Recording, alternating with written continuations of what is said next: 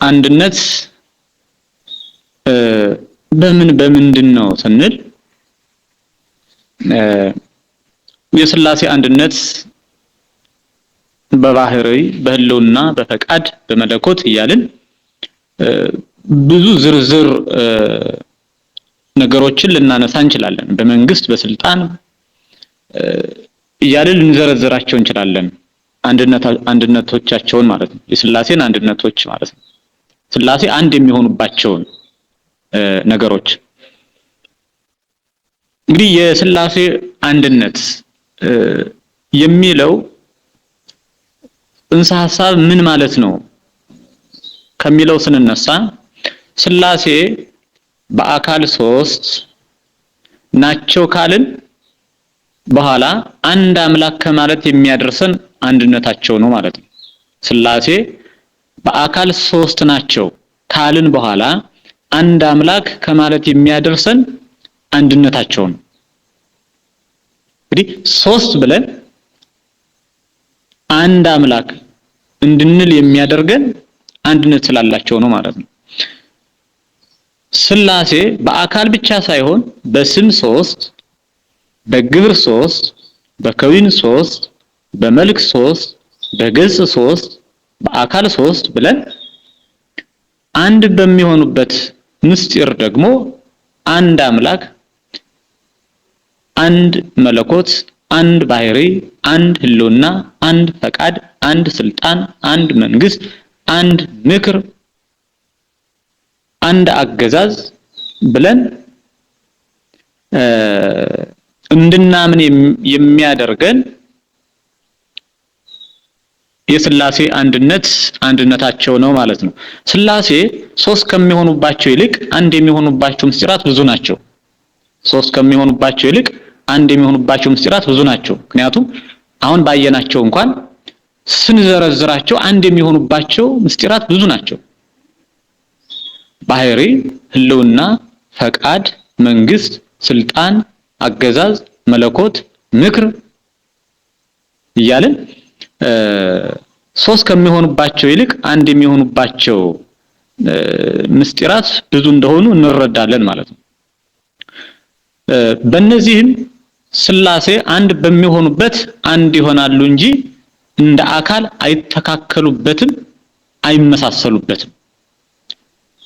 ሥላሴ አንድ በሚሆኑበት አንድ ይሆናሉ እንጂ እንደ አካል አይተካከሉበትም፣ አይመሳሰሉበትም። በአካል መተካከል አለ፣ መመሳሰል አለ። መመሳሰል ማለት ከአንድ በላይ የሆኑ አካላት ሲኖሩ ነው መመሳሰል ሊመጣ የሚችለው። እገሌ እገሌን ይመስላል። መተካከልም እንዲሁ እገሌ እገሌን ያክላል፣ እገሌና እገሌ ይተካከላሉ ሊባሉ የሚችሉት ከአንድ ቁጥር በላይ የሆኑ አካላት ሲኖሩ ነው። ስለዚህ ሥላሴ በአካል ሶስት ስለሆኑ ሶስት አካላት ስለሆኑ እሊህ ሶስት አካላት ያለ አንዳች ልዩነት በአካል የተለዩ ሆነው በመልክ በገጽ በፍጹም መመሳሰል በፍጹም መተካከል ይገለጻሉ ማለት ነው። አንድ በሚሆኑበት ምስጢር ግን ሥላሴ መተካከል መመሳሰል የሚባል ነገር የለም። ምክንያቱም አንድ ስለሆኑ አንድን ነገር ከማን ጋር እናመሳስለዋለን? ሌላ ነገር ከሌለ ብቸኛ የሆነን አካል ልናመሳስለው አንችልም፣ ብቻውን ነው። እናም ሥላሴ አንድ በሚሆኑበት አንድ ይሆናሉ እንጂ እንደ አካል አይተካከሉበትም፣ አይመሳሰሉበትም። አንድ በሚሆኑበት ይተካከላሉ፣ ይመሳሰላሉ ከተባለ አምላክነትን ይከፍላል፣ ይልቁንም ደግሞ አማልክት ያሰኛል ማለት ነው። አማልክት ያሰኛል፣ ልዩ ልዩ አማልክት አሉ ወደሚል ሐሳብ ይወስዳል ማለት ነው። የክህደት ሐሳብ ያደርሳል ማለት ነው። ስለዚህ አንድ በሚሆኑበት ይተካከላሉ፣ ይመሳሰላሉ አይባልም። ይተካከላሉ፣ ይመሳሰላሉ ከተባለ አምላክነትን ስለሚከፍል ብዙ አማልክት ወደሚል ሐሳብ ስለሚያደርስ ማለት ነው። በመሆኑም ሥላሴ አንድ ናቸው ሲባል ከነዚህ ሐሳቦች ወጥተንና ርቀን ከነዚህ ሐሳቦች ተለይተን ማሰብ ይኖርብናል። ከየትኞቹ ሐሳቦች? ከመመሳሰል ከመተካከል ማለት ነው። ከመመሳሰል ከመተካከል ወጥተን ርቀን ተለይተን ማሰብ ይኖርብናል። አንድ ብቻ ስለሆኑ ማለት ነው። አንድ በሚሆኑባቸው አንድ ስለሆኑ ማለት ነው። እንግዲህ የሥላሴ አንድነት ሲባል ጽንሰ ሐሳቡ ይህ አሁን ያየነው ነው ማለት ነው። ሥላሴ አንድ ከሚሆኑባቸው ነገሮች ምስጢራት የመጀመሪያው ባህሪ ነው። ባህሪ ነው ሥላሴ። ስለዚህ በባህሪ አንድ ናቸው ብለን እናምናለን። በባህሪ አንድ ስለሆኑ ማለት ነው። የሆነውን እውነቱን የተገለጸልንን መጻሕፍት የነገሩንን ራሱ እግዚአብሔር በቅዱሳኑ አድሮ ስለራሱ የተናገረውን የገለጸውን ምስጢር በባህሪ አንድ መሆኑን ተረድተን እናምናለን ማለት ነው። ሥላሴ በባህሪ አንድ ናቸው። አብ፣ ወልድ፣ መንፈስ ቅዱስ ሶስቱ አካላት በባህሪ አንድ ናቸው። ሶስቱ አካላት በባህሪ አንድ ናቸው። ባህሪ ማለት መገኛ የሌለው አካልን የሚያስገኝ መገኛ የሌለው አካልን የሚያስገኝ መነሻ፣ መሰረት፣ መጀመሪያ፣ ጥንት፣ ምንጭ፣ ለአካላት መገኛ፣ ስውር፣ የማይመረመር፣ የማይታወቅ ማለት ነው።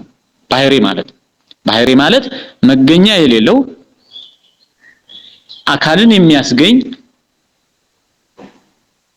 መነሻ፣ መሰረት፣ መጀመሪያ፣ ጥንት፣ ምንጭ፣ አካላትን የሚያስገኝ የአካላት መገኛ፣ የማይታወቅ ማለት ነው። ባህሪ የሚለው ቃል ሲተረጎም ማለት ነው። ባህሪ የሚለው ቃል ሲተረጎም በዚህ ልክ ይተረጎማል። ነገር ግን ባህሪ እንዲህ ተብሎ የሚተረጎም ለሰውና በደማዊት ነፍስ ሕያዋን ሆነው ለሚኖሩ ሁሉ እንጂ ለሥላሴ ግን እንዲህ ተብሎ አይተረጎምም። አሁን ለፍጡራንም ባህሪ ስላላቸው ለኛ ለሰው ልጆችም ባህሪ ስላለን አካል ከባህሪ ባህሪ ከአካል ተለይቶ ሊነገር ስለማይችል ባህሪ የሌለው አካል ስለሌለ ባህሪ የአካል መገኛ ስለሆነ ማለት ነው። ስለዚህ አካል ላለው ፍጡር ሁሉ ባህሪ አለው። ለፈጣሪ ለሥላሴም ባህሪ አለው። ሆኖም ግን አሁን ያየነው ትርጉም ለፍጡራን የሚስማማ ለፍጡራን ባህሪ የሚተረጎም እንጂ ለሥላሴ ባህሪ ግን የሚተረጎም አይደለም። ባህሪ መነሻ፣ መገኛ፣ መሰረት፣ ምንጭ፣ ጥንት፣ መጀመሪያ ተብሎ ትርጉም የሚኖረው ለፍጡራን ሲሆን ነው ማለት ነው። ለፍጡራን ለሰው ልጆች እንዲሁም በደማዊት ነፍስ ሕያዋን ሆነው ለሚኖሩ ፍጥረታት ባህሪ እንዲህ ተብሎ ይተረጎማል። ለሥላሴ ግን እንዲህ ተብሎ አይተረጎምም። ሊቁ ሰብ ይመስል ባህሪ አምላክ፣ ባህሪ ሰብ ባህሪ እግዚአብሔርን አይመስልም፣ የሰው ባህሪ የእግዚአብሔርን ባህሪ አይመስልም በማለት እንደተናገረ በድርሳን 2 ላይ እናገኛለን ማለት ነው። እንግዲህ የሰው ልጅ ባህሪ የሚተረጎምበት ትርጓሜ ለሥላሴ ባህሪ እንደማይተረጎም ለሥላሴ ባህሪ እንደማይስማማ ይነግረናል ማለት ነው ሊቁ ዮሐንስ አፈወርቅ። ባህሪ ሰብ ባህሪ እግዚአብሔርን አይመስልም፣ ባተረጓጉሙም አይመስልም፣ በማንነቱም የራቀ ነው፣ የተለያየ ነው ማለት ነው። ምክንያቱም የፈጣሪ ባህሪና የፍጡራን ባህሪ በምንም ተአምር አንድ ሊሆን ስለማይችል ማለት ነው። ለሥላሴ አለመመርመር፣ ስውር መሆን፣ አለመታወቅ፣ አካልን ማስገኘት እነዚህ የባህሪ ግብር ሲሆኑ ለሥላሴ አለመመርመር፣ ስውር መሆን፣ አለመታወቅ፣ አካልን ማስገኘት እነዚህ የባህሪ ግብር ሲሆኑ መገኛ አለመኖር ደግሞ የባህሪ መገለጫ እንጂ ባህሪ ስላልሆነ መገኛ አለመኖር ደግሞ የባህሪ መገለጫ እንጂ ባህሪ ስላልሆነ ባህሪን ለሌሎች እንደተረጎም ነው ለስላሴ ባህሪ ያው ባህሪ ተብሎ ነው የሚነገር እንጂ ሌላ ትርጉም አይሰጠውም፣ ሌላ ትርጉም የለውም ማለት ነው። ለስላሴ ባህሪ ሌላ ትርጉም የለውም። ባህሪ ተብሎ ብቻ ይገለጻል ማለት ነው፣ ይነገራል ማለት ነው። ባህሪ በምስጢረ ስላሴ አስተምህሮ ከተተረጎመ የስላሴ ባህሪ አይታወቅም ያልነው በምስጢረ ስላሴ ትምህርት ያልነው ትምህርታችን ከንቱ ይሆናል ማለት ነው። ባህሪ በምስጢረ ስላሴ አስተምህሮ ከተተረጎመ የስላሴ ባህሪ አይታወቅም ማለታችን ከንቱ ሐሰት ሊሆንብን ስለሚሆን ባህሪ በምስጢረ ስላሴ አስተምህሮ አይታወቅም ሊተረጎምም አይችልም ብለን እንረዳለን፣ እውነቱን እናምናለን ማለት ነው። መጻሕፍት ባህሪ እግዚአብሔር እንደማይታወቅ የተናገሩትን ስንመለከት ሊቁ አረጋዊ መንፈሳዊ በድርሳን 33 ላይ ወይመስጣ ውስተ ብሔር ዘኢኮነ ብሔር ዓለም ዘአልወቱ ስም ወጠባይኢሁ ዘአልወቱ ጥንት የቅዱሱን ነፍስ የባህሪ ስሙ የማይታወቅ ለባህሪውም ጥንት የሌለው ጌታ ነፍሱን ዓለማዊ ሰው ወደማይኖርባት ወደ መንግስተ ሰማያት ያደርሳታል ብሎ ይናገራል። የቅዱሱን ነፍስ የባህሪ ስሙ የማይታወቅ ማን? እግዚአብሔር። ማን? ስላሴ ማለት ነው።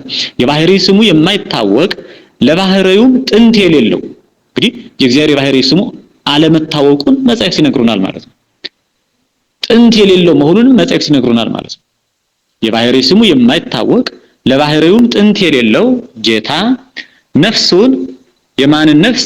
የቅዱሱን ነፍስ የቅዱሳንን ነፍሳት ማለት ነው ዓለማዊ ሰው ወደማይኖርባት ወደ መንግስተ ሰማያት ያደርሳታል።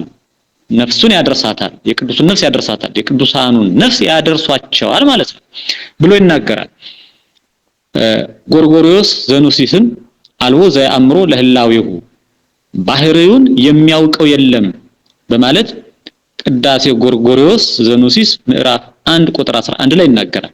ባህሪውን ምን የሚለው የለም ማለት የሚያውቀው የለም። ስለዚህ ባህሪ የሥላሴ አይታወቅም ማለታችን ከመጻሕፍት ያገኘነውን እግዚአብሔር በቅዱሳን አድሮ የተናገረውን የገለጸውን የራሱን ማንነት የራሱን ምስጢር የማይመረመር የማይታወቅ በመሆኑ አይመረመርም አይታወቅም እንላለን ማለት ነው። ቅዱስ ዮሐንስ አፈወርቅም በዕብራውያን ድርሳኑ በድርሳን 2 ላይ ወፍጹም ይትካሃል ይርከው ስሞ ለዝኩ ባህሪ የጌታን የባህሪ ስሙን መርምረው ሊያውቁት አይቻልም ይላል። የጌታን የባህሪ ስሙን መርምረው ሊያውቁት አይቻልም። ዕብራውያንን በተረጎመበት ድርሳን 2 ላይ ወፍጹም ይትካሃል ይርከው ስሞ ለዝኩ ባህሪ የጌታን የባህሪ ስሙን መርምረው ሊያውቁት አይቻልም። ስለዚህ የባህሪ ስሙ አይተረጎምም ማለታችን ከመጻሕፍት አግኝተን ነው ማለት ነው። ሊቃውንት ባህሪ የሥላሴን ካለማወቃቸው የተነሳ ለባህሪ ስም የለውም ለባህሪው ስም የለውም ብለዋል።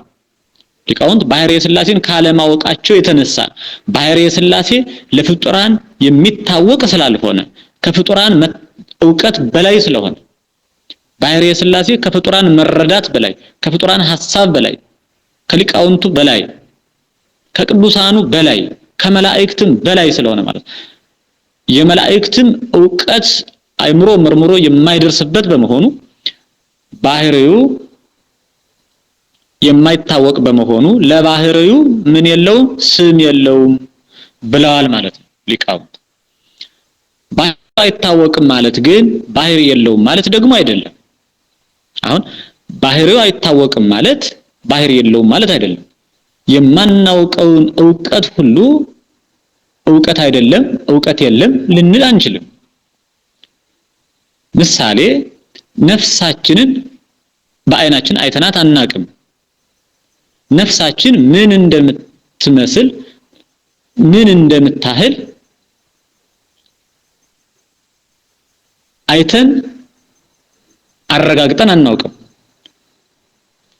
ቅዱሳን ሲወቁ በቅድስና ማዕረግ ከፍ ከፍ ሲሉ እግዚአብሔር ነፍስን እንዲያዩት ካላስቻላቸው በቀር ማንም ሰው የራሱን ነፍስ እንኳን ማየት ማወቅ መረዳት ከተጻፈለት ውጭ በአይኑ አይቶ ይህን ታህላለች ይህን ትመስላለች ብሎ ሊናገር አይችልም። ስንኳንስ ባህርየ ሥላሴን ማለት ነው።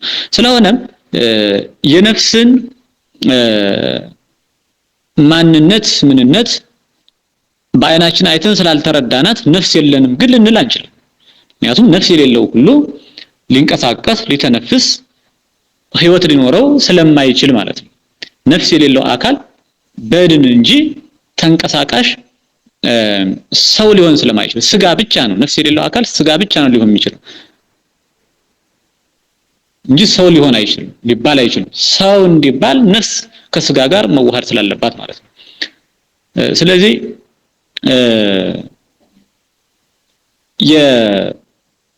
የሥላሴን ባህሪ አይመረመርም አይታወቅም ስላልን ባህሪ የላቸው ማለት ግን አይደለም ማለት ነው። ባህሪው አይታወቅም ማለት ባህሪ የለው ማለት አይደለም። ቢነገር የሰው ልቡና ሊረዳው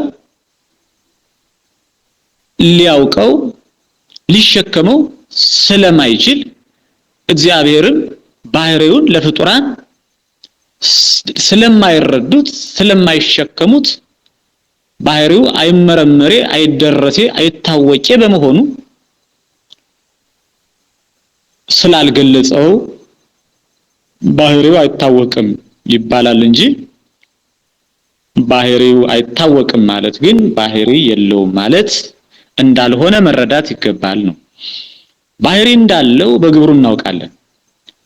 ባህሪ እንዳለው በግብሩ እናውቃለን። በዚህም የባህሪ ግብሩን የሚያስረዳ ስምን እናገኛለን።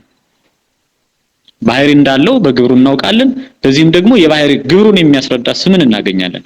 አንድ ቃል እንደተነገረበት ምስጢር ይተረጎማልና ባህሪ በነገረ ፍጡራን ትምህርት ይተረጎማል፣ በነገረ ሥላሴ ትምህርት ደግሞ አይተረጎምም ማለት ነው።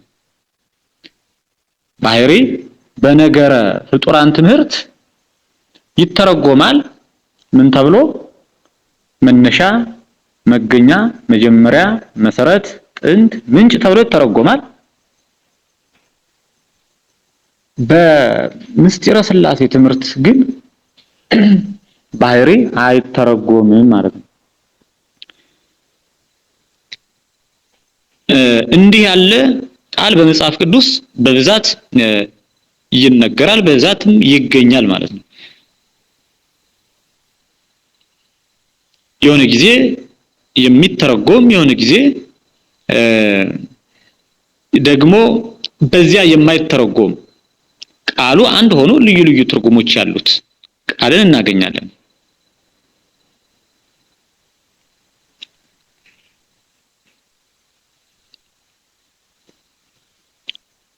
ስለሆነም ባህሪ ልክ እንደ ሌሎች ቃሎች በመጻሕፍት እንደምናገኛቸው ቃሎች ሁሉ ምስጢር በመከተል የትርጉም ለውጥ ስለሚያደርግ ባህሪ በምስጢረ ሥላሴ አስተምሮ ትርጉም የለው። በቁሙ ባህሪ ተብሎ ይነገራል እንጂ ማለት ነው። በቁሙ ባህሪ ተብሎ ይነገራል እንጂ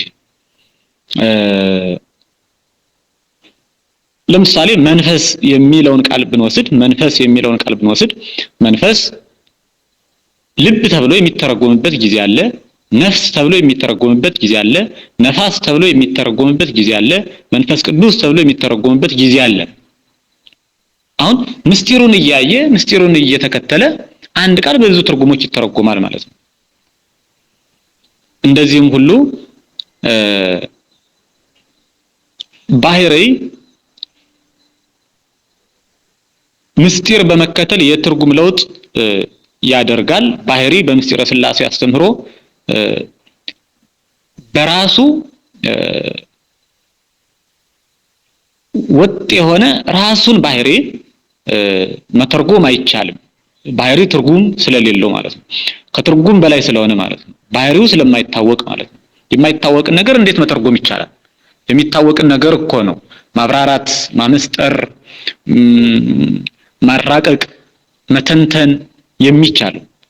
የማይታወቅ ነገር ከሆነ እንኳንስ ሊተረጎም እንኳንስ ሊብራራ ራሱ መነሻው እንኳን አይታወቅም ማለት ነው። ራሱ ባህሪ የሚለው ስለማይታወቅ ባህሪም ሊተረጎም አይችልም ነው። በነገረ ፍጡራን አስተምህሮ ግን ያው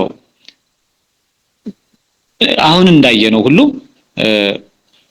ባህሪ ቢተረጎም ስህተት አይደለም፣ ይተረጎማል ማለት ነው። የሥላሴ ባህሪ የማይታወቀው ባህሪያቸውን መርምሮ የሚደርስበት ስለሌለ ባህሪያቸው ከፍጡራን ዕውቀትና ከፍጡራን ሐሳብ ህሊና ከሰው ልጆች ልቡና ህሊና ከመላእክትም አእምሮ ዕውቀት በላይ ስለሆነ ባህሪያቸው አይመረመሬ አይደረሴ አይታወቄ ስለሆነ ረቂቅ ስለሆነ የሥላሴ ባህሪ አይመረመርም አይታወቅም እንላለን።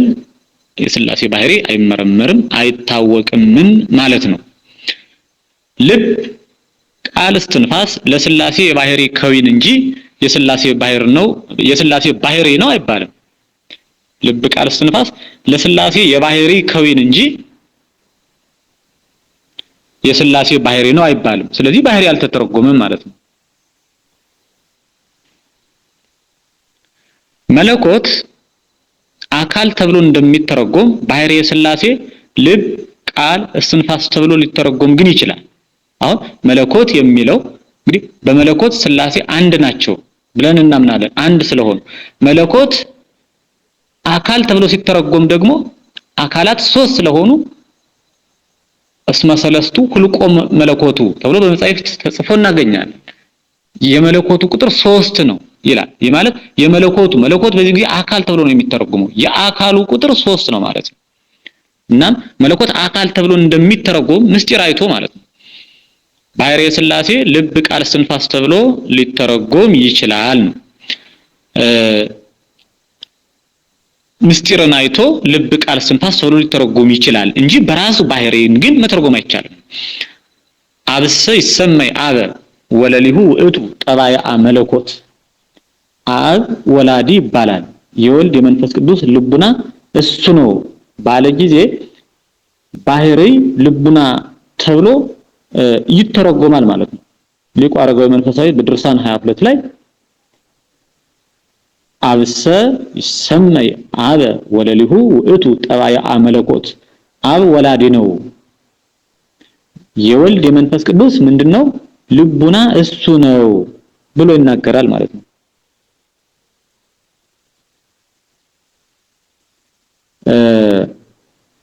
ስለዚህ አብ ወላዲ ይባላል፣ የወልድ የመንፈስ ቅዱስ ልቡና እሱ ነው ባለ ጊዜ ባህሪን ልቡና ብሎ ተረጎመው ማለት ነው። መጻሕፍት ባህሪን ልቡና ብሎ ተረጎሙት ማለት ነው። ስለዚህ ባህሪ የሚለው ለከዊን ስሞች ልብ፣ ቃል፣ እስትንፋስ ለሚሉ ስሞች ተሰጥቶ በመጻሕፍት ይተረጎማል ማለት ነው። ሆኖም ግን ልብ፣ ቃል፣ እስትንፋስ ባህሪ ነው አይባልም። አሁን ልዩነቱ ይሄ ነው። ልብ፣ ቃል፣ እስትንፋስ የባህሪ ከዊን ይባላል እንጂ ባህሪ ነው አይባልም። ባህሪ የማይባልበት ምክንያት አለው። ልብ፣ ቃል፣ እስትንፋስ ባህሪ ነው አይባልም። ባህሪ ከተባለ ባህሪ 3 መሆኑ ነው ማለት ነው። ልብ፣ ቃል፣ እስትንፋስ ስንት ናቸው? 3 ናቸው። አንድ ልብ፣ አንድ ቃል፣ አንድ እስትንፋስ፣ 3 ኩነታት፣ 3 መሆኖች ብለን አይተናል በምስጢረ ሥላሴ። ባህሪ ልብ፣ ቃል፣ እስትንፋስ ነው ከተባለ ባህሪን ወደ 3 ያሳድገዋል ማለት ነው። ይህ ደግሞ በምስጢረ ሥላሴ አስተምሮ ፈጽሞ የተከለከለ ነው፣ ወደ ክህደትም ያደርሳል ማለት ነው። ባህሪ አንድ ስለሆነ ማለት ነው። ስለዚህ ልብ ቃል እስትንፋስ ባህሪ ነው አይባልም። ባህሪ ከተባለ ባህሪን ሶስት ስለሚያደርገው ማለት ነው። ባህሪ ደግሞ አንድ እንጂ ሶስት ስላልሆነ ማለት ነው። ይህ ሶስት ባህሪ ተዋህዶ አንድ ባህሪ ሆነ ያሰኛል። ይህ ደግሞ ፈጽሞ ክህደት ነው። ሶስት ባህሪ ተዋህዶ አንድ ባህሪ ሆነ ያሰኛል። ይህ ደግሞ ፈጽሞ ክህደት ነው።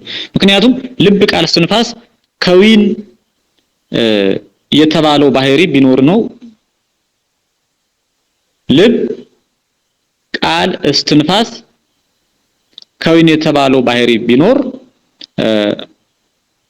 ባህሪ ልብ ቃል እስትንፋስ ከሆነ ልብ ቃል እስትንፋስ ከዊን ባልተባለ ስለነበር ማለት ነው። ልብ ቃል እስትንፋስ ከዊን የተባለው ባህሪ ቢኖር ነው። ባህሪ በራሱ ነው። ልብ ቃል እስትንፋስ ከሆነ ልብ ቃል እስትንፋስ ከዊን ባልተባለም ነበር። ምን ይባል ነበር? ባህሪ ይባል ነበር ማለት ነው። ባህሪ ደግሞ ሶስት ይሆናል ማለት ነው እንዲህ ሲሆን። ስለሆነ ባህሪ አንድ ስለሆነ ልብ ቃል እስትንፋስ የባህሪ ከዊን ይባላሉ እንጂ ባህሪ አይባሉም ማለት ነው። ልብ ቃል እስትንፋስ ባህሪ ተብለው ኋላ ሥላሴ በመገናዘብ አንድ ስለሚሆኑባቸው አንድ ባህሪ ናቸው እንዳይባልም ሥላሴ በባህሪ አንድ መባላቸው እንደ ነፍስና እንደ ሥጋ ባህሪያቸው ተዋህዶ አንድ ስለሚሆን አይደለም። ባህሪያቸው አንድና አንድ ብቻ በመሆኑ በባህሪ አንድ ናቸው ይባላሉ እንጂ ማለት ነው። ልብ ቃል እስትንፋስ ባህሪ ተብለው ኋላ ሥላሴ በመገናዘብ እንደ ከዊን ማለት ነው አንድ ስለሚሆኑባቸው አንድ ባህሪ ናቸው እንዳይባል ሥላሴ በባህሪ አንድ መባላቸው እንደ ነፍስና ሥጋ ባህሪያቸው ተዋህዶ አንድ ስለሚሆን አይደለም። ባህሪያቸው አንድና አንድ ብቻ በመሆኑ በባህሪ አንድ ናቸው ይባላል። የሥላሴ ባህሪ አንድ ብቻ ስለሆነ አንድ ይባላል እንጂ በመገናዘብ እንደ ከዊን ተዋህዶ እንደ ነፍስና እንደ ሥጋ ተዋህዶ አንድ የሆነ አይደለም። አንድ ብቻ ስለሆነ አንድ ይባላል ማለት ነው ባህሪ። ወባሕቱ እስመ ተዋህዶተ ባህሪሰ እንተ ይእቲ መለኮቶሙ የባህሪ አንድነት ግን መለኮታቸው ናት ብሎ ሊቁ ሱንትዩ በሃይማኖተ አበው ምዕራፍ 110 ቁጥር 7 ላይ እንደሚናገረው ማለት ነው። የባህሪ አንድነት ግን ምንድናት አለ? መለኮታቸው ናት። መለኮታቸው ናት። ስለዚህ በባህሪ ሶስቱ አካላት አንድ ይሆኑበታል እንጂ አብ፣ ወልድ፣ መንፈስ ቅዱስ ከሚባሉ ከሶስቱ አካላት ሌላ ባህሪ የሚባል አራተኛ አንድ አካል ነው ማለት ደግሞ አይገባም። በባህሪ ሶስቱ አካላት አንድ ይሆኑበታል እንጂ አብ፣ ወልድ፣ መንፈስ ቅዱስ ከሚባሉ ከሶስቱ አካላት ሌላ ባህሪ የሚባል አራተኛ አንድ አካል ነው ማለት አይገባም ስላልሆነ ማለት ነው። ሊቁ አባ ሱንትዩ ዘእስክንድርያ በሃይማኖተ አበው ምዕራፍ 110 ቁጥር 11 ላይ ወኢንብል በእንተ መለኮተ ቅድስት ሥላሴ አሃዱ አካሉ የቅድስት ሥላሴ ባህሪ አንድ ነው ስላልን አንድ አካል ነው አንልም ይላል። የቅድስት ሥላሴ ባህሪ አንድ ነው ስላልን አንድ አካል ነው አንልም። ባህሪ አብ፣ ወልድ፣ መንፈስ ቅዱስ ናቸው፣ ሌላ አይደለም። አራተኛ የሆነ አካል አይደለም። ሶስቱ አካላት ናቸው ባህሪ ማለት። ባህሪ አብ፣ ወልድ፣ መንፈስ ቅዱስ ናቸው፣ ሌላ አይደለም። ዳግመኛም ሶስት ሰዎች አካላቸው ስለተለያየ ባህሪያቸውም በየአካላቸው ይከፈላል። እንዲህም ስለሆነ ሶስቱ ሰዎች የባህሪ አንድነታቸው በመመሳሰል ነው እንጂ አንድ በመሆን አይደለም። ሶስት ሰዎች አካላቸው ስለተለያየ ባህሪያቸውም በየአካላቸው ይከፈላል። እንዲህም ስለሆነ ሶስቱ ሰዎች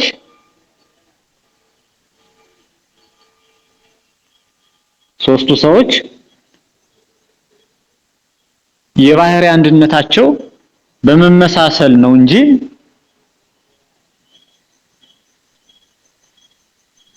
አንድ በመሆን አይደለም ማለት ነው። የሥላሴ ባህሪ ግን አንድ ነው የምንለው በመመሳሰል ሳይሆን አንድ በመሆን ሶስቱ አካላት አንድ ስለሚሆኑበት ነው። ሊቁ ቅዱስ ባስልዮስ ዘአንጾኪያ ወኢይብል ከመ አካላት ቅዱሳን ካልአን እሙንቱ እምነህላዌ መለኮታዊ አካላት በባህሪ ልዩ እንደሆኑ አልናገርም በማለት ባህሪ በአካል የማትከፈል አንዲት መሆኗን በሃይማኖተ አበው ምዕራፍ 96 ቁጥር 5 ላይ ይናገራል ማለት ነው። ባህሪ የማትከፈል አንዲት መሆኗን ይናገራል። የሥላሴ ባህሪ በአካል የሚከፈል ቢሆን ምስጢረ ሥላሴ ድንቅ ረቂቅ ተብሎ ባልተነገረ ነበር። ምክንያቱም የኛ የሰዎች ባህሪ አካላችን ከእናት ከአባታችን ሲከፈል በጽንስ ጊዜ ማለት ነው፣ በዕለተ ጽንስ የኛ የሰዎች ባህሪ አካላችን ከእናት ከአባታችን አካል ሲከፈል አብሮ ይከፈላልና እንደኛ በሆኑ ነበር። ይህ ደግሞ ድንቅ ባላሰኛቸው ነበር ማለት ነው። ሆኖም በሥላሴ ግን ወልድ ሲወለድ መንፈስ ቅዱስ ሲሰርጽ ባህሪ አልተከፈለም። ለምን? በአካል እንጂ በባህሪ ተከፍሎ ስለሌለ ማለት ነው። በሥላሴ ግን ወልድ ሲወለድ መንፈስ ቅዱስ ሲሰርጽ ባህሪ አልተከፈለም። እኛ የሰው ልጆች በዕለተ ጽንስ ከአባት ዘርና ከእናት ደም አካልና ባህሪ ይከፈልልናል። ከዚያም ለየራሳችን ባህሪና አካል ኖሮን እንጸነሳለን ማለት ነው። የኛ የሰው ልጆች የባህሪ ምንጩ እናት አባቶቻችን ናቸው ማለት ነው። በሥላሴ ግን ወልድ ሲወለድ መንፈስ ቅዱስ ሲሰርጽ ባህሪ አልተከፈለም። ባህሪ ሥላሴ የሚከፈል ቢሆን ሥላሴም እንደኛ በልብ በቃል በሕይወት በመንግስት በስልጣን በመንግስት በስልጣን በተለያዩ ነበር። ግን ሥላሴ እንደኛ በልብ በቃል በሕይወት በመንግስት በስልጣን በአገዛዝ በመለኮት ስለማይለያዩ አንድ ብቻ ስለሆኑ ባህሪ ሥላሴ የሚከፈል አይደለም። ባህሪ ሥላሴ የማትከፈል አንዲት ናት ማለት ነው።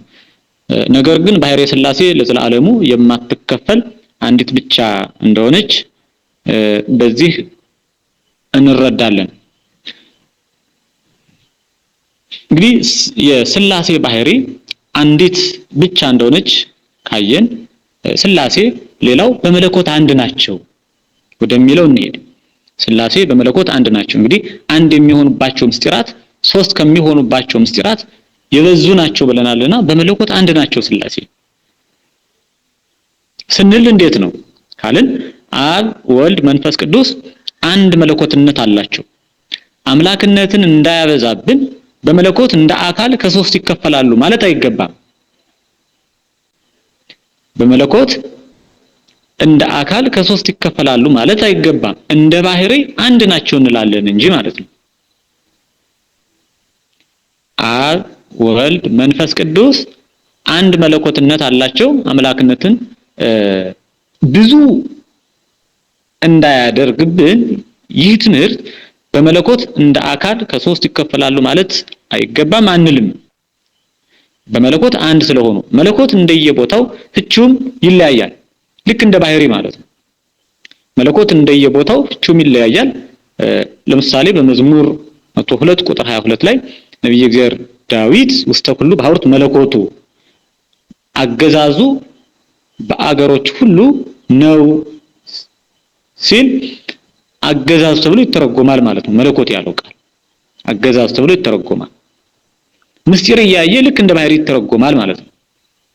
ቅዱስ ጳውሎስ በሮሜ መልእክቱ ምዕራፍ 1 ቁጥር 20 ላይ ወከመዘ ይተአመር ኃይሉ ወመለኮቱ ዘለዓለም የዘላለም የሚሆን ኃይሉ ጌትነቱም እንዲህ ይታወቃል ሲል ጌትነት ተብሎ ይተረጎማል ማለት ነው። እንግዲህ በነብዩ ጋር በዳዊት ቃል አገዛዝ ተብሎ ሲተረጎም እንደ ቅዱስ ጳውሎስ አነጋገር ደግሞ ጌትነት ተብሎ ተተረጉሟል ማለት ነው።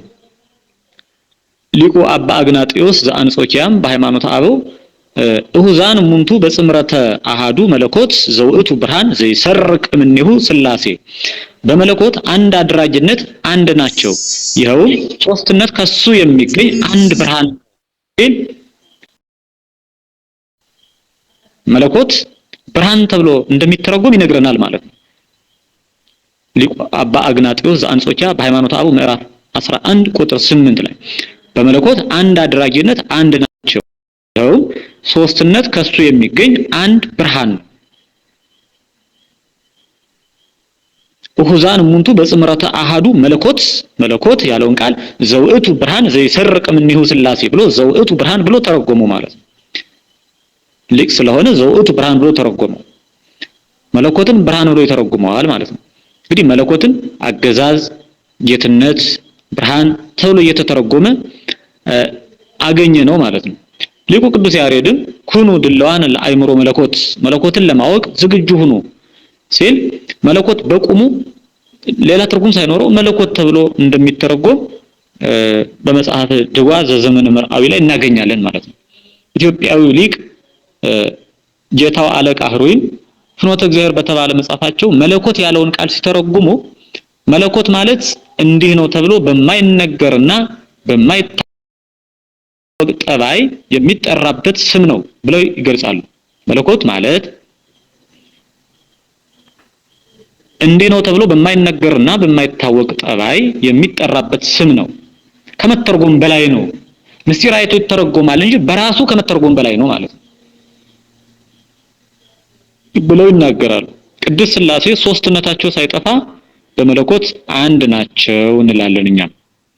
መለኮት በቁሙ መለኮት ተብሎ ተተርጉሞ ለፍጡር ሊነገር አይገባም፣ ለፈጣሪ ብቻ ስለሆነ ማለት ነው። ሐዋርያው ቅዱስ ጴጥሮስ በሁለተኛ መልእክቱ በምዕራፍ 1:4 በእንተ ዝንቱ ትኩኑ ስጡፋነ ለመለኮት ዚአሁ የሚለውን ቃል ስንመለከተው ስለዚህ ነገር የመለኮቱ ተካፋዮች ትሆኑ ዘንድ ይላል። በእንተ ዝንቱ ትኩኑ ስጡፋነ ለመለኮት ዚአሁ ስለዚህ ነገር የመለኮቱ ተካፋዮች ትሆኑ ዘንድ ይላል ቅዱስ ጴጥሮስ።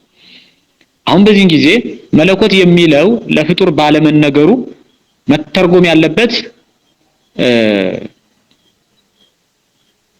መጽሐፍ ቅዱስም የሚያስቀምጠው ስለዚህ ነገር የክብሩ ተካፋዮች ትሆኑ ዘንድ በማለት መለኮት ክብር ተብሎ ተተርጉሟል ማለት ነው።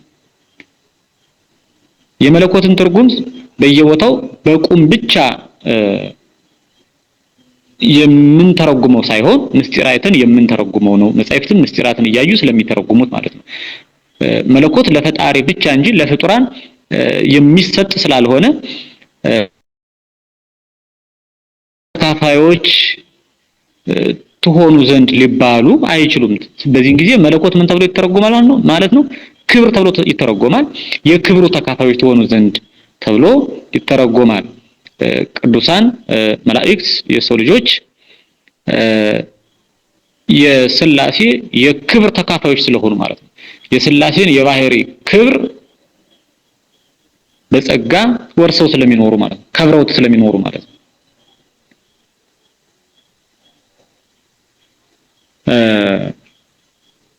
ሐዋርያው ቅዱስ ጳውሎስም ወበከመ አረይነ ሕማመ ንኤሪ ክብረ ምስሌሁ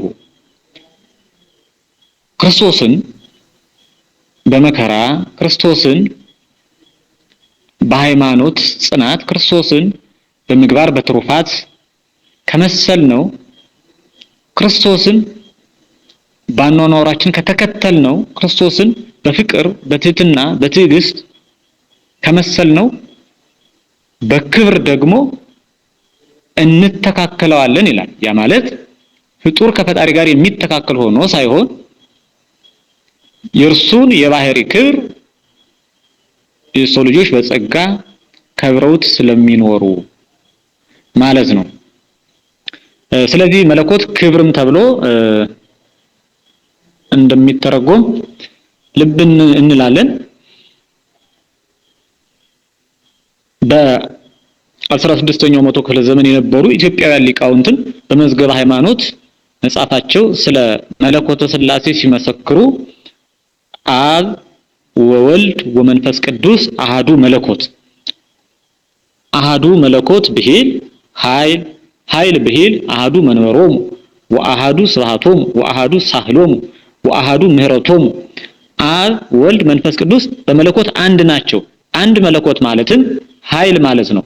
ኃይል ማለትም ዙፋናቸው አንድ ነው፣ ምስጋናቸው አንድ ነው፣ ይቅርታቸው አንድ ነው፣ ምህረታቸው አንድ ነው ማለት ነው ብለው ተርጉመዋል ማለት ነው። መዝገበ ሃይማኖት ምዕራፍ 2 ቁጥር 23 ላይ አብ ወልድ መንፈስ ቅዱስ በመለኮት አንድ ናቸው ካሉ በኋላ አንድ መለኮት ማለትም ኃይል ማለት ነው። እንግዲህ መለኮት ኃይል ተብሎ ተተረጎመ ማለት ነው። ኃይል ማለትም ዙፋናቸው አንድ ነው፣ ምስጋናቸው አንድ ነው፣ ይቅርታቸው አንድ ነው፣ ምህረታቸው አንድ ነው በማለት ተርጉመውታል ማለት ነው። ምስጢር አይቶ መለኮት ይተረጎማል ነው እንጂ በራሱ ግን የሚታወቅ የሚተረጎም አይደለም። ባህሪ እንዳለው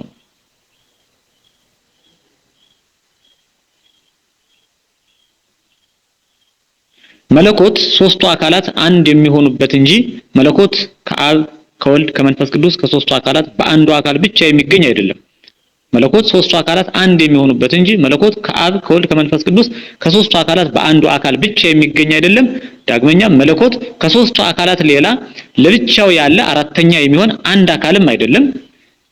እንዲሁም መለኮት እንደ ቃል የአንዱ አካል መሆን ሆኖ ወይም እንደ ልብ የአንዱ አካል መሆን ሆኖ ወይም እንደ እስትንፋስ የአንዱ አካል ብቻ መሆን ሆኖ ከዊን ሆኖ ማለት ነው። መሆን ሆኖ ማለት ከዊን ሆኖ ማለት ነው።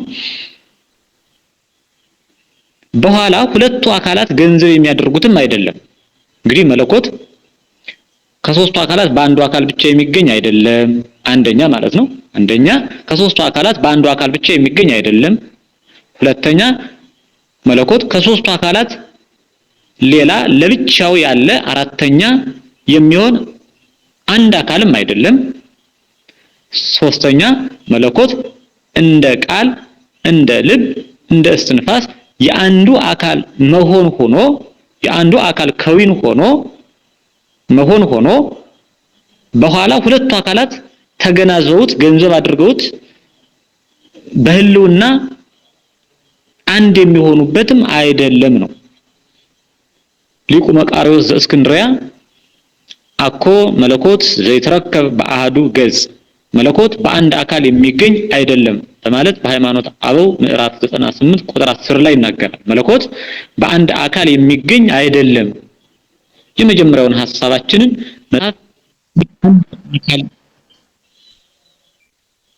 አንድ አካል አይደለም በማለት አንድ አካል እንዳልሆነ ይነግራል ማለት ነው። አንድ አካል እንዳልሆነ ይነግረናል ማለት ነው። ነገር ግን አንድ መለኮት በሶስት አካላት ህልው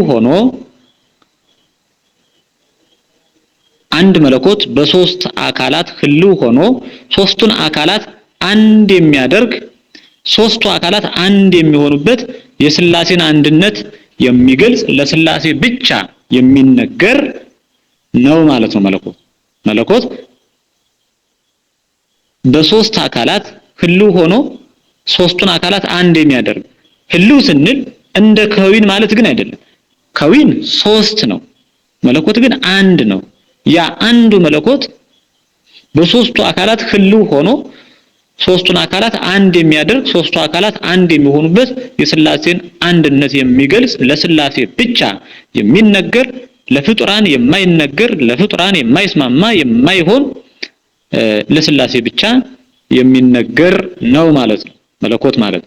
የአንጾኪያው የእስክንድርያው ሊቅ አባ ዮሐንስም የእስክንድርያው ሊቅ አባ ዮሐንስም በሃይማኖተ አበው በምዕራፍ 107 ቁጥር 4 ላይ ወሶበሂ ንብል አሃዱ እግዚአብሔር ወአሃዱ መለኮት ንብል በእንተ አብ ወወልድ ወመንፈስ ቅዱስ እሉ ህልዋን እምቅድመ ኩሉ አዝማን ወመዋዕል ዘኢፍጡራን በማለት አንድ እግዚአብሔር አንድ መለኮት ብንልም ከቀን ከአዝማን ከዘመኖች ከጊዜያት ማለት ነው አስቀድሞ ስለነበሩ በአርምሞ በነቢብ የተፈጠሩ በዝምታ በንግግር ማለት ነው የተፈጠሩ ስላይደሉ ስለ አብ ስለ ወልድ ስለ መንፈስ ቅዱስ እንናገራለን በማለት መለኮት አብ ወልድ መንፈስ ቅዱስ እንደሆኑ ሌላ ልዩ አካል እንደሌለ ያስረዳል ማለት ነው።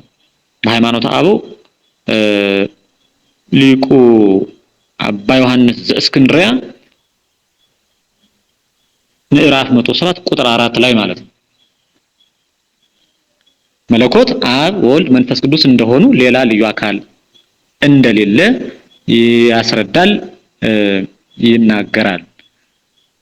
ሊቃውንት ከወይነ መለኮትን የሶስቱ እንደሆነ ከወይነ መለኮት የሶስቱ እንደሆነ ለሶስቱም አካላት እንደሚነገር በስፋት አስተምረዋል ተናግረዋል እውነቱን መስክረዋል። ይኸውም መለኮት ለአብ ሲነገር ቅዱስ ኪራኮስ የተባለ ሊቅ በሃይማኖተ አበው ምዕራፍ 91 ቁጥር 17 ላይ ዘተወልደ መለኮተ አብ በማለት ከአብ መለኮት የተወለደ ይላል። ከአብ መለኮት የተወለደ እንግዲህ መለኮት ለሶስቱም አካላት የሚነገር ነው በመጻሕፍት ለሶስቱም አካላት ስለሚነገር ግን መለኮት ሶስት ነው ማለት አይደለም። አብ መለኮት ወልድ መለኮት መንፈስ ቅዱስ መለኮት እንላለን። አብ መለኮት ወልድ መለኮት መንፈስ ቅዱስ መለኮት ስላልን ሶስት መለኮት አንልም አንድ መለኮት እንላለን እንጂ ማለት ነው። አብ አምላክ ወልድ አምላክ መንፈስ ቅዱስ አምላክ ብለን ሶስት አማልክት አንልም አንድ አምላክ እንላለን እንጂ ማለት ነው። ስማ እስራኤል አሐዱ ውእቱ እግዚአብሔር አምላክከ እስራኤል ሆይ ስማ አምላክ እግዚአብሔር አንድ ነው ተብሎ በመጽሐፍ እንደተነገረን ማለት ነው። መጽሐፍ ቅዱስ እንደሚነግረን ራሱ እግዚአብሔር ለሙሴ ስለነገረው እናም አብን መለኮት ሲል ሊቁ ቅዱስ ኪራኮስ በሃይማኖተ አበው ምዕራፍ 91 ቁጥር 17 ላይ ዘተወልደ መለኮተ አብ ከአብ መለኮት የተወለደ ብሎ አብን መለኮት ይለዋል ማለት ነው። ለወልድ ከወይነ መለኮትነት ሲነገር ሐዋርያው ቅዱስ ጳውሎስ በቆላስይስ መልእክቱ ምዕራፍ 2 ቁጥር 9 ላይ ዘላይሌሁ ሀደረ ኩሉ መለኮቱ በስጋሰ ዘላይሌሁ ሀደረ ኩሉ መለኮቱ በስጋሰ በእርሱ የመለኮቱ ሙላት ሁሉ በሰውነት ተገልጦ ይኖራል ብሎ ይናገራል። በእርሱ የመለኮቱ ሙላት ሁሉ በሰውነት ተገልጦ ይኖራል። አካላዊ ቃል ሰው ሲሆን መለኮቱን ከፍሎ ከስጋ ጋር ያዋሃደ ሳይሆን ፍጹም መለኮቱ ምልአተ መለኮቱ ሙሉ መለኮቱ ሰው እንደሆነ እንደተዋሃደ በከዊነ ቃል ባህሪው በተለየ አካሉ በሙሉ መለኮቱ ሰው እንደሆነ ሲነግረን ቅዱስ ጳውሎስ በእርሱ የመለኮቱ ሙላት ሁሉ በሰውነት ተገልጦ ይኖራል ብሎ ሰው መሆኑን ስጋ መልበሱን መለኮቱ ያለ መከፈል በሙሉ መለኮቱ በፍጹም መለኮቱ ከስጋ ጋር እንደተዋሃደ እግዚአብሔር ሰው እንደሆነ በቆላስይስ መልእክቱ ምዕራፍ 2 ቁጥር 9 ላይ ይናገራል። ስለዚህ በዚህ ጊዜ ወልድን ምን አለው መለኮት አለው ማለት ነው።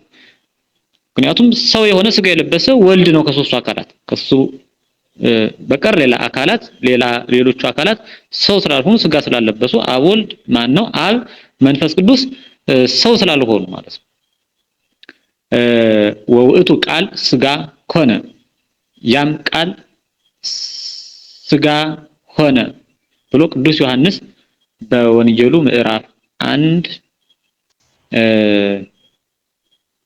እንደሚነግረን ማለት ነው። መጀመሪያ ቃል ነበር ቃልም በእግዚአብሔር ዘንድ ነበር ቃልም እግዚአብሔር ነበር ያለ ያም ቃል ከሁሉ በፊት እንደነበር በዚያም ቃል ሁሉ እንደተፈጠረ የተፈጠረው ሁሉ ከዚያ ቃል ውጭ እንዳልተፈጠረ የተፈጠረው ሁሉ በዚያ ቃል እንደተፈጠረ እየተናገረ ሄድና ወውእቱ ቃል ስጋ ሆነ ያም ቃል ስጋ ሆነ ብሎ ዮሐንስ ወንጌል ምዕራፍ 1 ቁጥር 14 ላይ ይናገራል ማለት ነው። ስለዚህ ስጋ የሆነው ወልድ በመሆኑ ዘላይሌሁ ሀደረ ሁሉ መለኮቱ በስጋ ሰ በእርሱ የመለኮቱ ሙላት ሁሉ በሰውነት ተገልጦ ይኖራል ተብሎ መለኮት ለወልድ ይሰጣል ማለት ነው። ለመንፈስ ቅዱስ ከወይነ መለኮትነት ሲነገር ኢትዮጵያዊው ሊቅ አባ ጊዮርጊስ በመጽሐፈ ምስጢር ምዕራፍ 25 ቁጥር 29 ላይ መንፈስ ቅዱስ ብሂል ኃይለ መለኮት ዘኢይትገሰስ መንፈስ ቅዱስ ማለት የማይመረመር ኃያል መለኮት ማለት ነው ብሎ ይናገራል ሊቁ ማለት ነው። መንፈስ ቅዱስ ማለት የማይመረመር ምንድነው? ኃያል መለኮት ማለት ነው። ስለዚህ መለኮት የሚለው የአንድነት ስም መለኮት ሶስቱ አንድ የሚሆኑበት መለኮት ለአብ ለወልድ ለመንፈስ ቅዱስ በመጻሕፍት ተሰጥቶ እናገኛለን። አብን መለኮት ስላለው መጽሐፍ፣ ወልድንም መለኮት ስላለው መጽሐፍ፣ መንፈስ ቅዱስንም መለኮት ስላለው መጽሐፍ ሶስት መለኮት ግን አንልም። ይህን ልብ ማለት ያስፈልጋል። ታዲያ አንድ መለኮት እንላለን እንጂ ማለት ነው። መለኮት ለሶስቱም መነገሩ በአካል ከሶስት የሚከፈል ሆኖ ሳይሆን ሶስቱ አካላት ሶስትነታቸው ሳይጠፋ አንድ የሚሆኑበት ስለሆነ የአንድ አካል ከወይን ብቻ እንዳይመስለን መጻሕፍት በዚህ ልክ ያስረዱናል ማለት ነው። መለኮት ለሶስቱም መነገሩ ለሶስቱም አካላት ለአብ ለወልድ ለመንፈስ ቅዱስ መነገሩ በአካል ከሶስት የሚከፈል ሆኖ ሳይሆን ተከፍሎ ኖሮበት ሳይሆን ያለ ተከፍሎ ሶስቱ አካላት አብ ወልድ መንፈስ ቅዱስ ሶስትነታቸው ሳይጠፋ በሶስትነታቸው ጸንተው አንድ የሚሆኑበት ስለሆነ የአንድ አካል ከወይን ብቻ ደግሞ እንዳይመስለን ማለት የአንድ አካል ከወይን ብቻ እንዳይመስለን ለአብ ብቻ መለኮትነት ቢሰጥ መጻሕፍት ለአብ ብቻ ቢሰጡ ልክ እንደ ከወይን አብ በከወይን ስም ልብ እንደሚባለው ልብ እንደሆነ ሁሉ መለኮት ለአብ ብቻ ነው ብለን እንዳናስብ ለወልድ ብቻ መጻሕፍት ቢሰጡ ወልድን ብቻ መለኮት ቢሉ መለኮት ለወልድ ብቻ ነው ልክ እንደ ከወይን ስም እንደ ቃል ወልድ ብቻ ነው መለኮት እንዳንል ለመንፈስ ቅዱስ ብቻም ቢሰጡ መጻሕፍት መለኮት የሚለውን እንደ ከወይን ስም እስትንፋስ እንደሚለው መንፈስ ቅዱስ ብቻ ነው መለኮት እንዳንል ማለት ነው። አንድ የሚሆኑበት ሶስቱ አካላት ሶስትነታቸው ሳይጠፋ አንድ የሚሆኑበት ስለሆነ የአንድ አካል ከወይን ብቻም ደግሞ እንዳይመስለን መጻሕፍት ለአብም ለወልድም ለመንፈስ ቅዱስም መለኮት የሚለውን ይሰጣሉ። ለአብ ለወልድ ለመንፈስ ቅዱስ ስለተሰጠ ግን ሶስት መለኮት አንልም፣ አንድ መለኮት እንላለን እንጂ ይኸውም አንድ መለኮት ሶስቱ አካላት አንድ የሚሆኑበት ሶስቱ አካላት ሶስትነታቸው ሳይጠፋ አንድ የሚሆኑበት ምስጢር ነው ማለት ነው። አባ ስብሐት ለአብ የተባለ ሊቅም በመልክዓ ሥላሴ ድርሰቱ መለኮተ ለለአሐዱ ዘዚአክሙ ገጻተ እንበለ ትድምርት ሰሚ ወእሁብ ትድምርተ በማለት የእናንተን ፊቶች የነማንን የአብ የወልድ የመንፈስ ቅዱስን ማለት ነው የእናንተን ፊቶች ለእያንዳንዱ ያለ መቀላቀል መለኮት ብዬ ጠራለሁ ይላል። አሁን የእናንተን ፊቶች ለእያንዳንዱ ያለ መቀላቀል መለኮት ብዬ ጠራለሁ ማለት ምን ማለት ነው? አብን መለኮት፣ ወልድን መለኮት፣ መንፈስ ቅዱስን መለኮት ብዬ ጠራለሁ እያለን ነው። ተዋህዶውንም እሰጣለሁ ይላል። ወእሁብ ትድምርተ ማለት ተዋህዶውንም እሰጣለሁ እያንዳንዳቸውን ሶስቱን አካላት መለኮት መለኮት መለኮት አብ መለኮት ወልድ መለኮት መንፈስ ቅዱስ መለኮት እላለሁ ካለ በኋላ ተዋህዶውንም እሰጣለሁ ማለቱ ደግሞ ምንድነው? አብ መለኮት ወልድ መለኮት መንፈስ ቅዱስ መለኮት ስላልሁ ግን ሶስት መለኮት ማለት አይደለም፣ በመለኮት አንድ ናችሁ ብዬ አምናለሁ እረዳለሁ ማለቱ ነው። ተዋህዶውንም እሰጣለሁ ማለቱ እንዲህ በማለት ሊቁ ሁለት ነገር ያስረዳል። የመጀመሪያው እንበለ ትድምርት ሰሚ ማለት ያለ መቀላቀል እጠራለሁ ብሎ ሥላሴ በመለኮት አንድ ናቸው ስንል ሶስትነታቸውን ባለ መቀላቀል እንደሆነ ያስተምራል ማለት ነው ይህ ቃል። ሁለተኛም በመለኮት አንድ ስንል ለአካላት ልዩ ልዩ መለኮት አለመስጠታችንን ወእሁብ ትድምርተ ተዋህዶንም እሰጣለሁ በማለት በዚህ በአንድ የመልክ ድርሰት ሊቁ አባ ስብሐት ለአብ በአንዲት መለኮት ስለሚዋሃዱ ሥላሴን በመለኮት በማዋሃድ በመለኮት አንድ ብለን እንድናመልክ እንደሚገባ አስረድቷል፣ አስተምሯል ማለት ነው። መለኮት እንደ ባህሪ ሶስቱን አካላት አንድ የሚያደርግ በሶስቱም አካላት ያለ አንድ ነው። መለኮት እንደ ባህሪ ሶስቱን አካላት አንድ የሚያደርግ በሶስቱም አካላት ያለ አንድ ነው። ሥላሴም በመለኮት አንድ ናቸው ሲባል በመመሳሰል ሳይሆን በመለኮት አንድ በመሆን አንድ ናቸው ማለት ነው። ልክ እንደ ባህሪ ሥላሴም በመለኮት አንድ ናቸው ሲባል በባህሪ መመሳሰል መተካከል እንደሌለ ሁሉ መመሳሰል መተካከል በሌለበት አንድነት ጸንተው እንደሚኖሩ ሶስቱ አካላት በመለኮትም መተካከል መመሳሰል ሳይኖርባቸው በመለኮት አንድ በመሆን አንድ ናቸው። አካላቸው ስለተለያየ መለኮታቸው ልዩ ልዩ ነው አይባልም። ምክንያቱም ሶስቱ አካላት አንድ መለኮት ስለሆነ ያላቸው ማለት ነው። ሶስቱ አካላት አንድ መለኮት ብቻ ስለሆነ ያላቸው አካላቸው ስለተለያየ መለኮታቸው ልዩ ልዩ ነው አይባልም። ሶስቱ አካላት አንድ መለኮት ብቻ ስላላቸው ማለት ነው። እኛም ከአካላት አንዱ በአንድ መለኮት አንድ አድራጊነት አንድ እንደሚሆን እናምናለን። እኛም ከአካላት አንዱ ማለት ከሶስቱ አካላት አብም ወልድም እንደማለት ነው። አንዱ መንፈስ ቅዱስም እንደማለት ነው። በአንድ መለኮት አንድ አድራጊነት አንድ እንደሚሆኑ እናምናለን። እስመ መለኮት አሃዱ እቱ ወበሰለስቲሆሙ ሀሎ መለኮት እሙነ እብል ከመ እሙንቱሂ መለኮት እሙንቱ። ሶስቱም መለኮት እንዲባሉ በእውነት እናገራለሁ ብሎ ሊቁ ቅዱስ ዮሐንስ ዘእስክንድርያ በሃይማኖተ አበው ምዕራፍ 90 ቁጥር 13 ላይ ምዕራፍ 90 ቁጥር 13 ላይ ይናገራል። ምን አለ? አንዱ በአንድ መለኮት አንድ አድራጊነት አንድ እንደሚሆኑ ሲናገር እስመ መለኮት አሃዱ እቱ ወበሰለስቲሆሙ ሀሎ መለኮት እሙነ እብል ከመ እሙንቱሂ መለኮት እሙንቱ። ሶስቱም መለኮት እንዲባሉ እንግዲህ ሶስቱም መለኮት አብ መለኮት ወልድ መለኮት መንፈስ ቅዱስ መለኮት እንዲባሉ ማለቱ ነው በእውነት እናገራለሁ። ሆኖም ግን ሶስት መለኮት ያይደለ አንድ መለኮት ብዬ በአንድ መለኮት አምናለሁ በማለት በሃይማኖተ አበው ሊቁ አባ ዮሐንስ ዘእስክንድርያ ምዕራፍ 90 ቁጥር 13 ላይ ይናገራል ማለት ነው። ስለሆነም የሥላሴ አንድነት ከሶስትነታቸው ይልቅ ብዙ እንደሆነና ለዚህም መነሻ ባህሪን መነሻ አድርገን ባህሪንና መለኮትን አይተናል ማለት ነው። እንግዲህ ሥላሴ በባህሪ አንድ ናቸው። ሥላሴ በመለኮት አንድ ናቸው። ይህ አንድ ናቸው ሲባል ለአንዱ አካል ብቻ ያለው ሌሎቹ የአንዱን አካል ገንዘብ አድርገውት የሚኖሩ ማለት አይደለም። አንድ ነው ባህሪ መለኮትም አንድ ነው ሲባል ከሶስቱ አካላት ተጨማሪ አራተኛ ነው ማለትም አይደለም።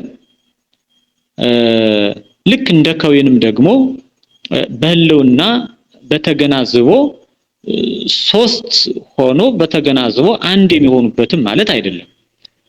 በባህሪ አንድ ናቸው በመለኮት አንድ ናቸው ስንል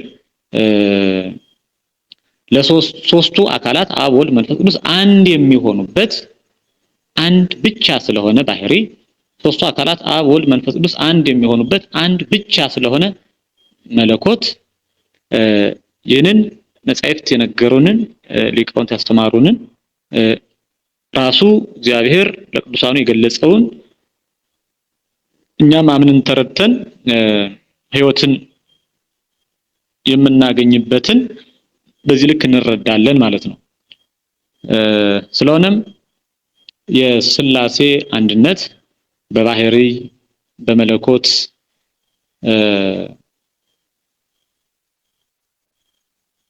በመንግስት በስልጣን በምክር በፈቃድ በህልውና በአገዛዝ በጌትነት በምስጋና በእነዚህ ሁሉ አንድ ናቸው። ይህንን በብዙ መዘርዘር በብዙ ዝርዝር ሐሳብ ልንተነትነው ልንረዳው እንችላለን። ሆኖም ግን ለዛሬ በዚህ የቃንና በቀጣይ መርሃ ግብር ሥላሴ አብ ወልድ መንፈስ ቅዱስ በልብ በቃል በእስትንፋስ አንድ ናቸው የሚለውን መነሻ አድርገን እንቀጥላለን ማለት ነው። ሥላሴ በልብ በቃል በእስትንፋስ አንድ ናቸው ማለት አብ ወልድ